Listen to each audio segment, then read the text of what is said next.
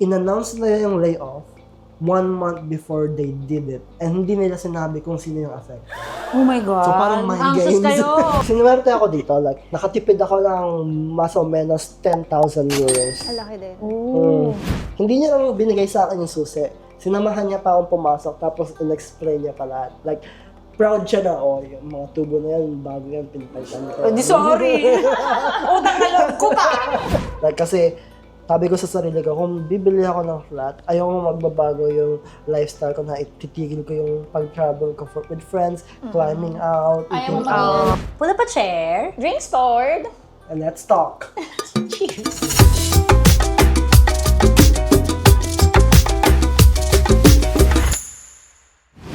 Hi guys! Welcome back to our channel. Another episode and same with Zish.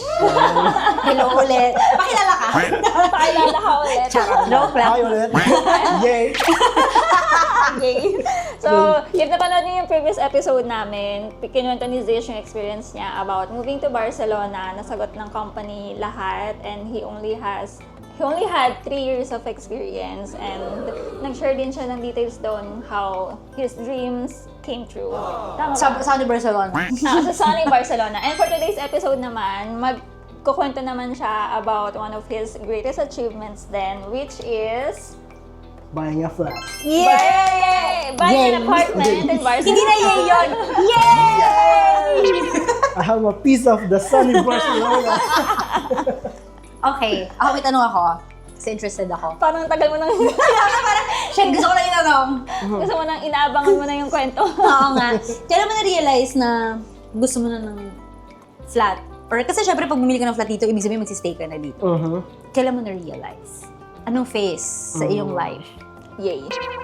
Yay.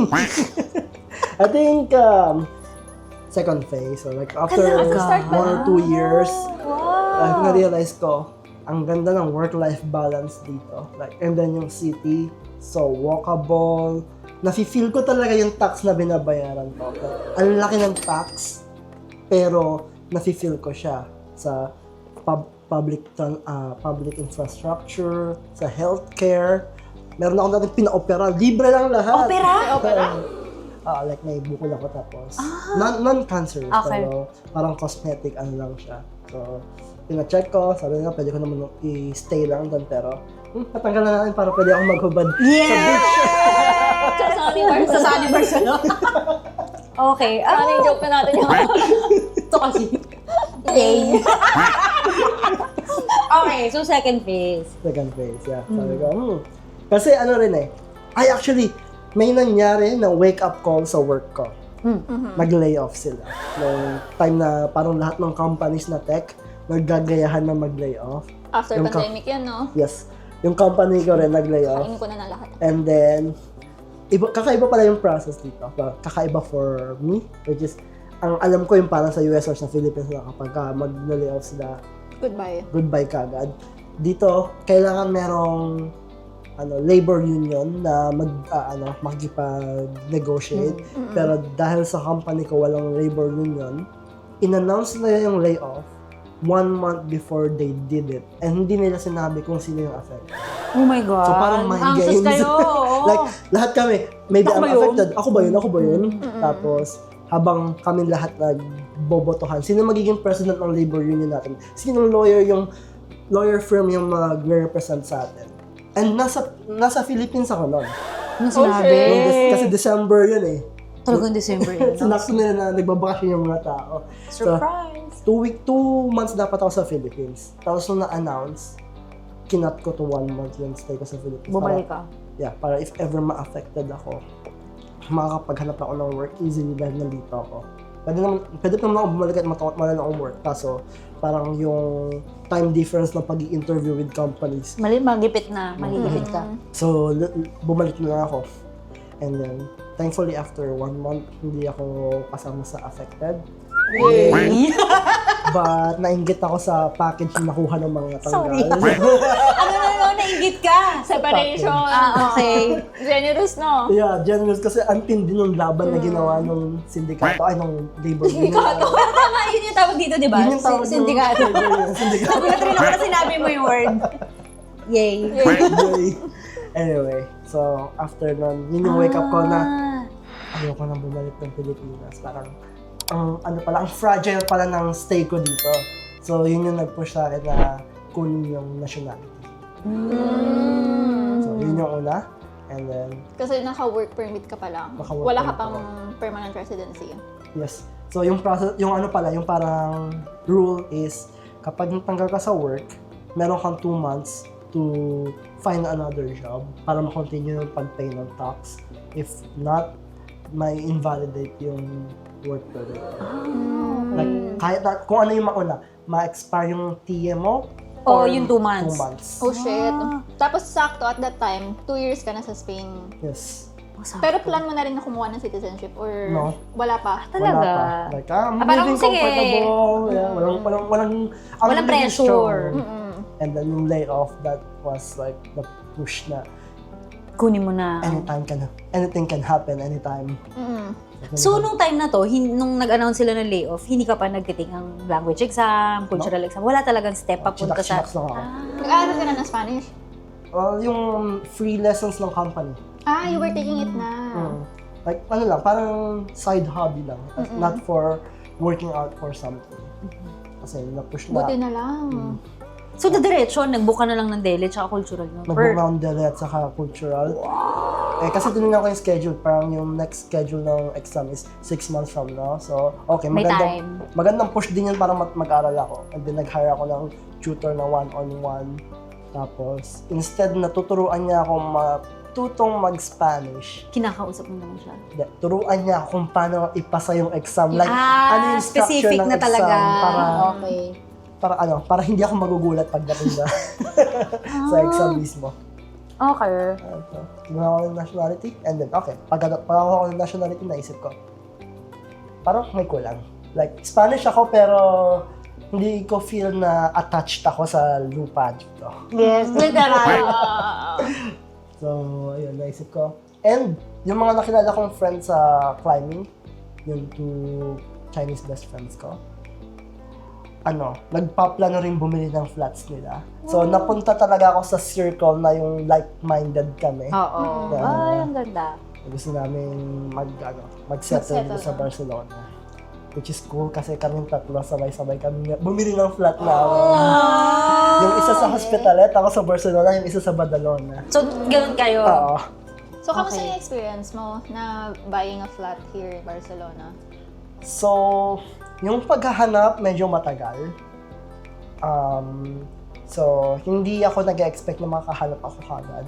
So, ginawa ko na lang siyang parang hobby na mag-visit-visit, like, tingin sa idealista ng, siyempre naglagay ako ng mga filters ko. Ito yung max budget, tapos ito yung area, and then, pag may magno-notify, tapos may oras pa, like, kasi kapag hindi ka agad nakuha ng ibang tao, hindi ko na makakontak. Pag na-contact ko, can I make a visit, blah, blah. Or, no strings attached Tignan ko lang naman So, parang no pressure, parang nag-i-interview lang ako.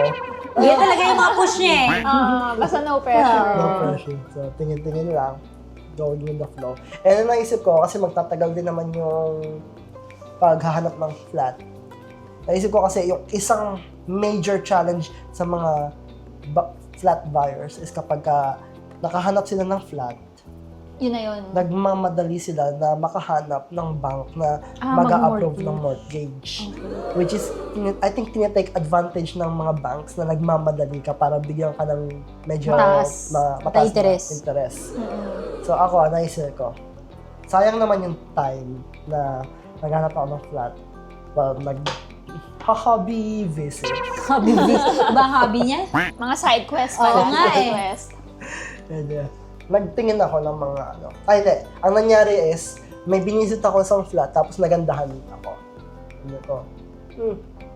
Can I see how, sabi ko lang sa agency, can I see how the process of reservation will go?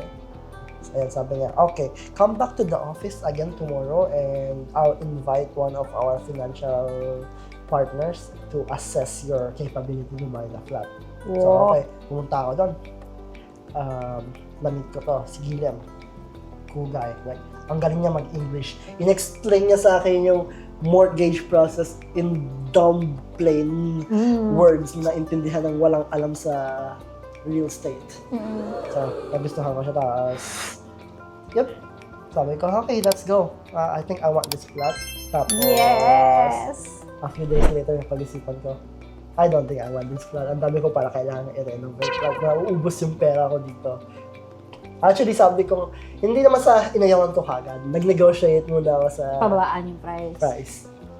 Na to the point na nakipag-away pa ako dun sa... KEM? Hindi, dun sa, sa agent. Okay. Kasi, Si Gilan parang third party na wala Okay. siyang pakialam sa usapan namin na Sabi ko kasi 280,000 euros. Ako, bago pa sa real estate game, medyo kakaiba pa yung pag-iisip ko. Sabi ko, can we lower it to 200,000? Correct! 80,000 yung baba. Sabi niya, kaya ba? If you want that house, you go outside Barcelona. So, hindi ko nakakausapin yung real estate agent na yun ever again. Okay lang, nakabili ka na. You're safe. Anyway, tapos naalala ko na nagustuhan ko yung conversation ko kay Gilan. Buti na sa akin pa yung contact niya. Sabi ko, hey Gilan, I don't think my relationship with the other guy is not gonna be good anymore, but I still want to maybe hire you or let's make a contract na, yeah, you will be my broker and while I'm looking for a flat, you look for banks na mag-approve ng loan sa akin. So yeah, we entered in a contract na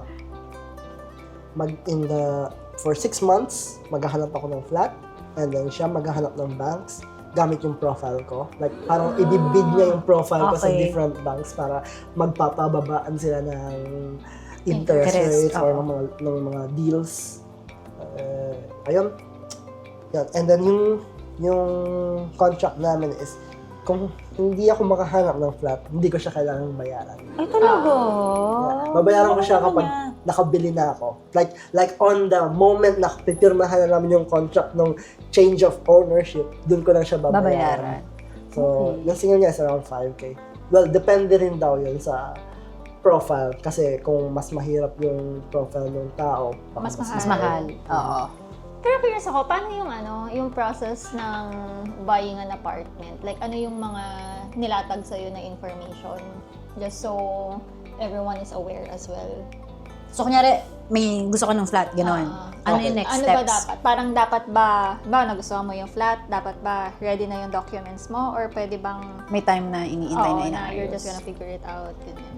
So, ang mangyayari, let's say, nakahanap ka ng flat na gusto mo. Ibe-base ko siya sa experience ko kasi yung iba, ang ginagawa nila pag nahanap yung flat, saka maghahanap ng hipoteka. For me, meron na akong pre-approved loan. Nagbigay lang, tinignan ni Gilam yung sweldo ko at saka yung savings ko, tapos nagbigay siya ng hypothetical max number na Pwede ibigay sa'yo Pwede ng mong bank. pwede kong bilhin. Pero syempre, hindi ko aamutin yun kasi sa ipon ko kapag kinuha ko yung Yung max. presyo na yun. So yung sa akin is nahanap ko yung gusto ko sa Poblano. Nakita ko, oh wow, konti na lang yung i-renovate ko. And then sabihin ko sa agent na, I think I want the flat. Can I get like a draft of the reservation contract? So hindi pa yung contract na buying, but reservation contract pa rin para makita ko magkano yung presyo na hinihingi nila for the reservation. Okay. So, draft pa lang yung hinihingi ko kasi pagka contract na kagad, baka it takes days pa to finalize it. Maybe 1 day, ganun. Pero, kaya ko gusto yung draft kasi si Gilen, hindi lang siya yung parang naghahanap ng loan for me. Parang personal assistant ko siya na, here's the document, can you check mo. out kung may shady stuff ba? And marami na nangyaring ganun na binigyan ko siya ng document tapos niya, this looks weird. They're asking 4,000. That's too much.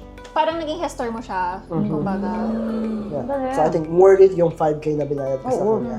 And then nag-i-English pa siya and nadadumb down niya yung process. Oo. And mas napapadali rin yung process kasi mas nagkakaroon ka ng confidence dun Kasi sa... may nag-check na local. Oo. Kasi parang narinig ko, yung meron din ako kakilala, parang she paid around 10,000 ata para sa lawyer, pero yun all-in na rin siya. All in na rin. Oo.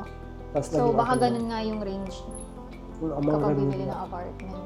Siguro nga. So, may nakita ka na, and then Draft. may draft na. So, kailangan ng Reservation, yeah.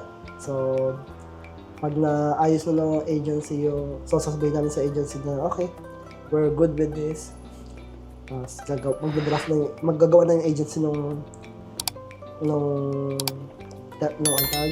contract.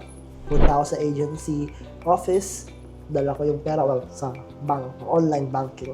Intayin niya yung transfer, and then pirma, and then I have the document. Tapos, from that day on, like, I guess, bibigyan ka, depende sa contract kung gaano katagal yung reservation for you. Usually, okay. yung tagal na yun yung ginagamit ng ibang tao para maghanap ng Hipoteka. Okay. So, me, I had it ready. I had an approved bank. So, ibig sabihin ba na mas mababa yung reservation? Yung amount?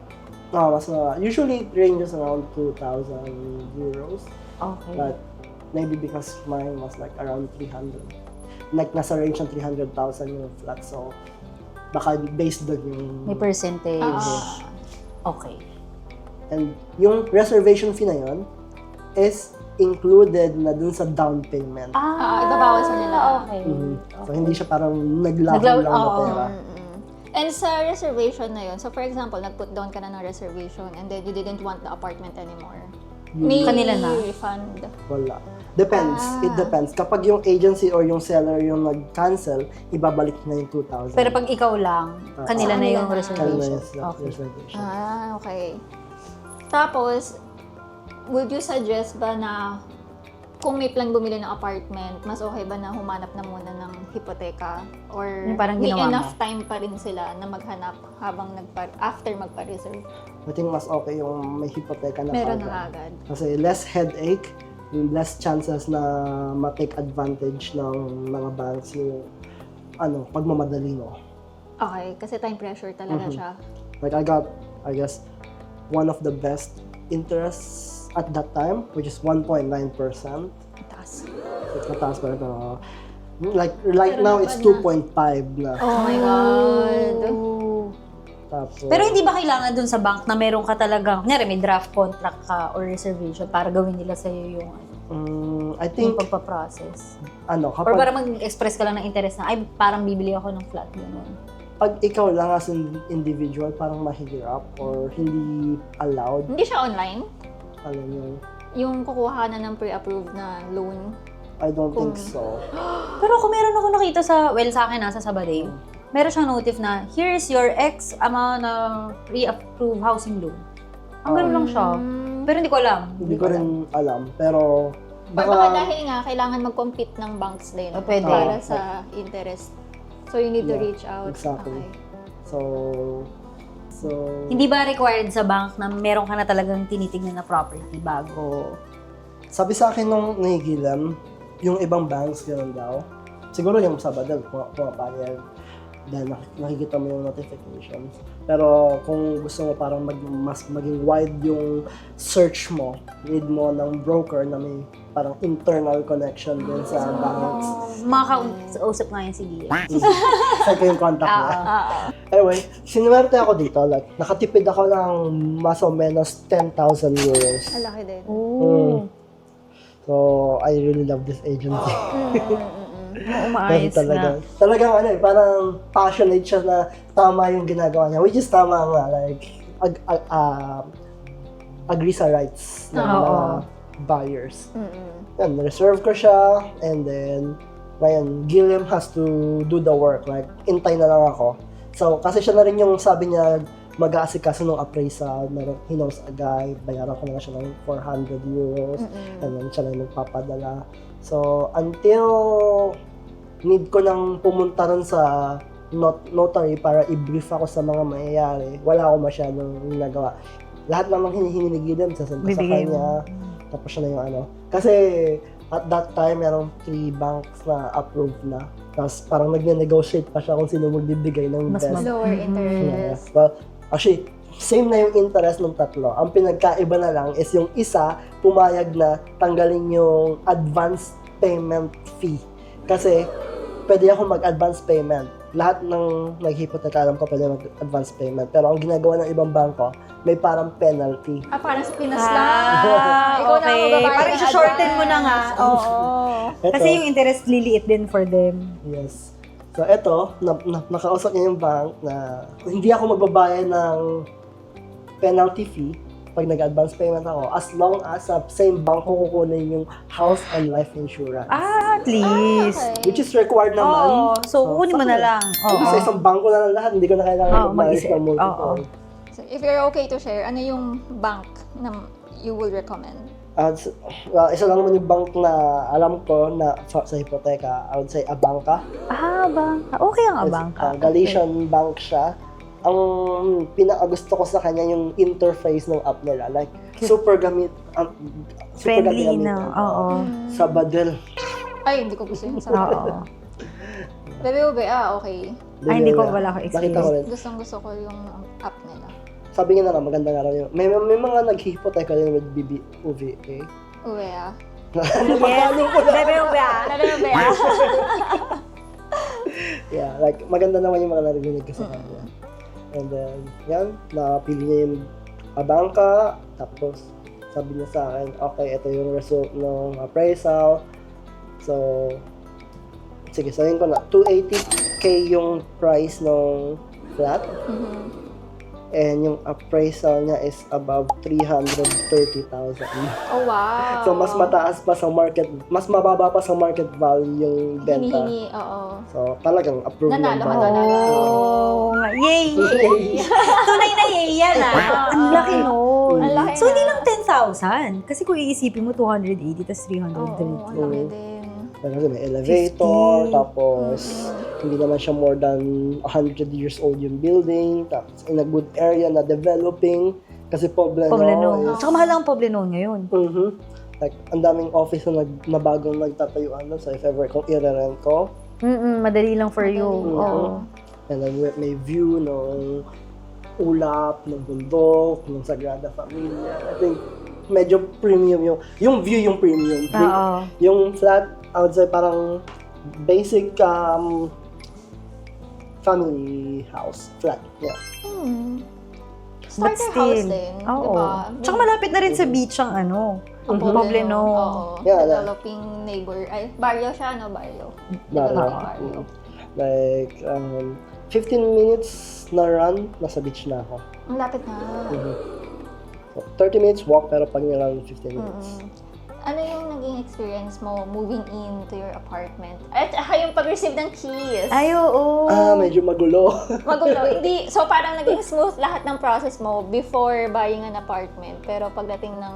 Yeah, well, hindi naman dahil dun sa mismo pagbebenta or something. It's more of yung magsabay-sabay na external stuff. Like, yung kasi yung nire-rent kong flat is minumove ko yung lease to another friend. Tapos, medyo weird din yung nangyari doon.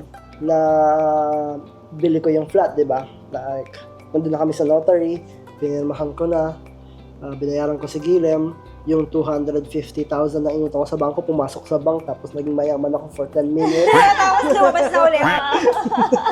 So hindi siya diretso na dun Oo. sa... Yung graph gumanon. Parang sa'yo na lang. Okay, 250, bye! Dapat screenshot mo muna na may 250 ka. Ay, oo, sayang. Tapos after Sayang yun. wala na, nagbayad na ako kasi ng flat eh. Ang galing. So, nakiusap yung owner na magstay muna siya ng 1 or 2 months. Kasi the reason he's selling the flat is nakahanap siya ng bagong flat na mas malaki na bibilhin niya within the area lang din. Okay. Kasi lumalaki na yung family niya. Like, may dalawa na siyang anak. I think another one's coming. So, Okay, 3 na. so need niya na ng bigger space, which is understandable. So, ayoko nang palayas ng pamilya.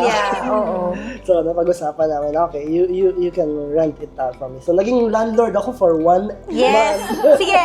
Kamusta yung flat ko? Nililinis mo ba? Marami ka kailangan i-renovate doon upon move-in, check-in. move in or hindi naman?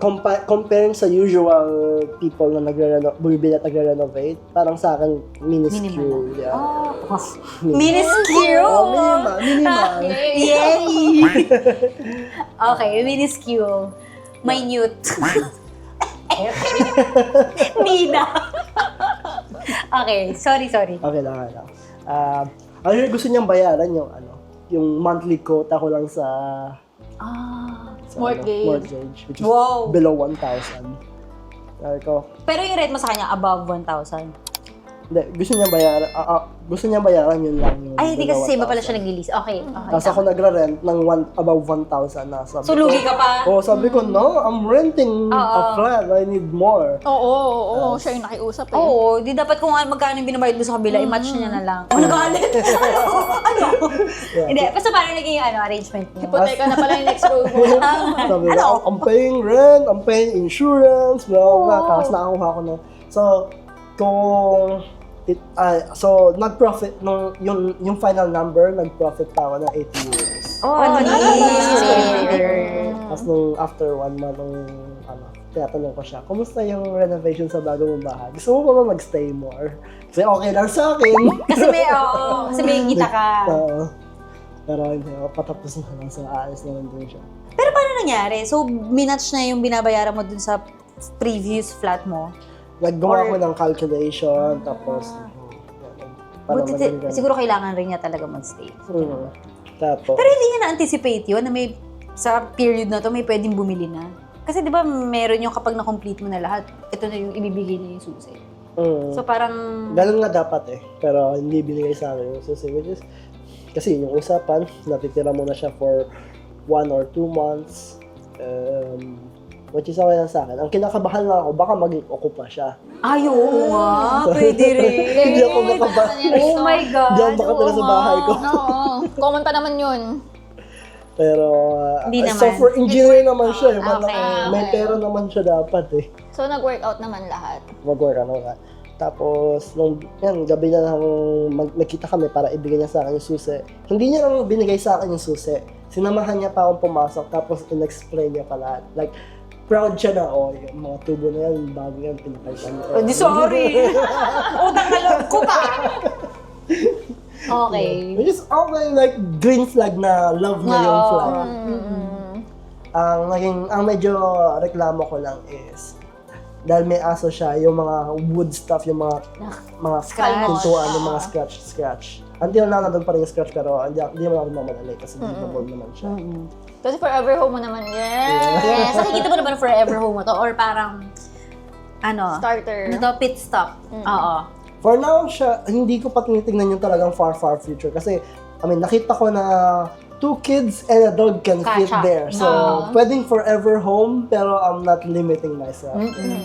Yeah. Okay. Ano ma-advise mo sa mga tao na gustong maghanap ng apartment sa Barcelona or gustong bumili ng apartment sa Barcelona? Hipoteka. 10% or 20 pala. Yeah, hipoteka. Tapos, yung ipon, mag-fixed. Kasi, I think medyo nakakasilaw yung variable na 0.something% yung initial interest. Pero kapag pumangit yung ekonomiya, ma-GGG kayo in the future. Like, ang dami ko narinig na stories na after a few years gusto na nang ibenta yung flat kasi hindi na ma-match yung interest. So, I think, 1.9, mataas, pero at least, siya, alam ko na, for 30 years, ito lang yung babayaran ko. Nilock in mo na siya. Pero yun nga, pwede ka mag-advance, di ba? Then, Pwede ako mag-advance kung manalo ko sa lotto or something. Babayaran mo cash. Ano yung recommended mo na cash on hand when buying an apartment? 30% or 20 is okay? Wait, 20% ng ng total amount. Price. Ng total Kasama na yung deposit, expenses, yung mga surprises maybe, or more. yung mga paunti-unti na may 400 na appraisal pala. 40% or 1/3. Ang laki. 1/3. To be comfortable. 1/3. Parang to be prepared sa mga surprises. Yung 1/3 Kasi- na yung lahat ilalabas mo. Oo. Oo. Tapos may malaki ka pang savings na matitira. Okay. Na para hindi magbabago yung lifestyle mo. Like, kasi, sabi ko sa sarili ko, kung bibili ako ng flat, ayaw mo magbabago yung lifestyle ko na ititigil ko yung pag-travel ko with friends, climbing out, Ayaw mo eating maging out, house rich. house poor. House poor ba yung tawag? Hindi ko alam. Yun yung naririnig ko, House house poor. poor. Yun talaga, yung may bahay ka pero, Wala kang Mahirap. pera sa iba. Oo. Oo. so, yan, like, comfortable pa rin ako. 40% Tapos ng parang- total. Ang laki pa rin. Oh my gosh. Kakaiyak. Parang kung gusto mong sagarin, 35%. Or 30%. Yeah. Kasi that's because may mga fees ka pa na kailangan bayaran. And syempre, yung mga surprises na baka pag move-in mo, biglang may hindi pala gumagana. So, kailangan mo rin maglabas ng pera. Exactly. Ang galing, nakaka-proud. Yeah, find a way Good to job. visualize. Oo. Ilan taon ka na nga ulit? 29. Oh my At God. age 29, under 30. guys. Good job. Yay. Yay. Lang yan. May iba-iba tayong... Totoo. Faces. Hindi, pero nakaka-motivate rin, di ba? Mm. Nakaya siya. Nakaya, na it's possible Oo, talaga. na parang wag mong i-underestimate. Bigla na memo. Huwag mo i-underestimate yung sarili mo. Yeah. Na parang dahil mas bata na you can ka. have fun, Oo. and then kaya mo pa rin mag-save, tapos you just have to be really smart kung saan mo gagastusin yung pera. Tama. So yeah, be smart but also don't be afraid to take risks sometimes. Kasi, yun nga, risk yung pag-say yes ko ng kailangan ko lumipat ng Spain. Risk din yung pag-push ko na bumili ng flat. Like, ang dami rin kong naririnig from other people na, ay, medyo delikado yan. Paano pagka nagka-recession? Blah, blah, blah. Pero, if hindi mo itatry, Ano mangyayari? Tsaka wala pa naman yun eh. Parang kung Mangyari man. Let's at cross least, the diba? bridge when we get there. yes. So, take educated risks or planned risks. Hindi yung risk na chaotic lang na, Sige. ito, ganyan. Bahala na. Like sa climbing ko, tatalon ako ng bangin. Siyempre, alam kong tamang part ng tubig yung babagsakan ko. Hindi yung tatalon na ako, tapos baka concrete bilang pala, ka. Okay na yan, basta tatalon ako. Oo. Totoo. Guys, ano ba ang gusto nyong topic na i-cover natin with With Zish? Next time, i-invite natin si Tars. Oo. Tapos, silang dalawa ni Zish. Para mas Mas nakaka-inspire din. ma-inspire kayo sa mga stories nila. Hindi kami sasayaw, okay? Sasayaw sila, salsa, tsaka Sa next bachata. vlog, sama Yes. ngayon sa sayaw. Yay! So, that's it for today's episode. I hope marami kayong natutunan about sa paghahanap ng apartment dito sa Barcelona and yung experience din about buying an apartment. And see you ulit sa next episode. Please do not forget to like, share, and subscribe sa Chika and Sangria. Thank you, Zish! Thank you! Thank you. Bye-bye!